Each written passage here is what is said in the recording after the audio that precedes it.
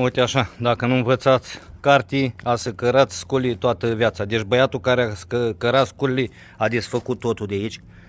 Eu acum fac munca de birou, deci Planetara, care are burduful spart, bine, i-am tăiat burduful.